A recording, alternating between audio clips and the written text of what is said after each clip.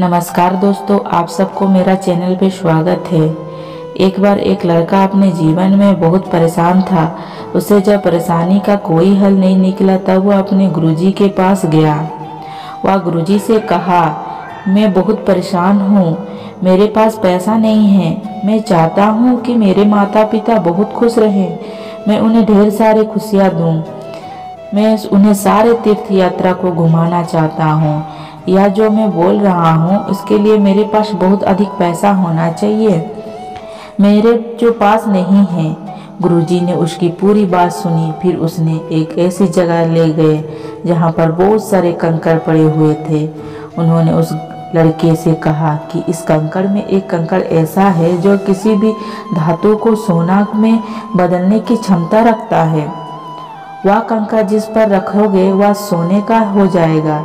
उस कंकड़ को पहचानो, इसका तापमान से या सब कंकड़ छू करके महसूस करो तो वह ठंडा लगेगा, लेकिन गोल्ड में बदल जाने वाली कंकड़ गर्म महसूस होगी।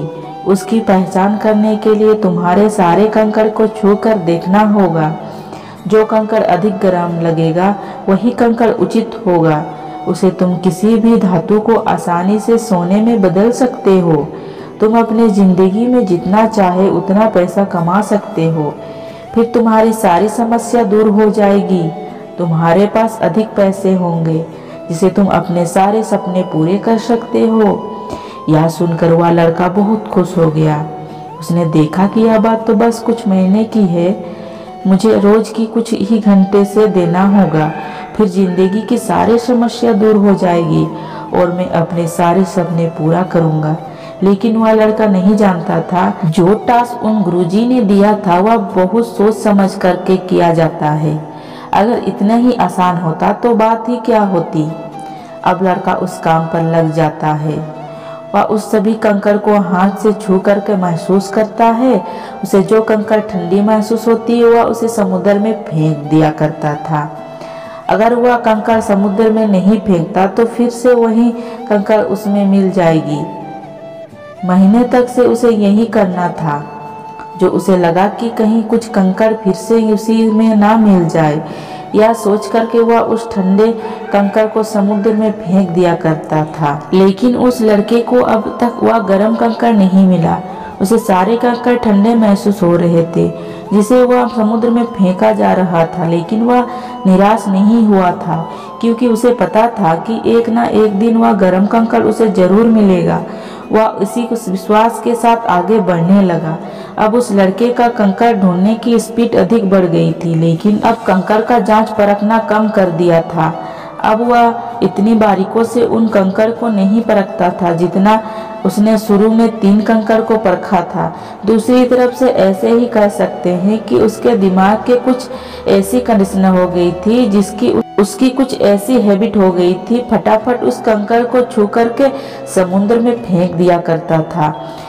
ऐसा ही करते करते 5वें महीने में कुछ ही दिन बचे थे। इतने मेहनत करने के बाद उसके हाथ में वह गर्म कंकड़ आया।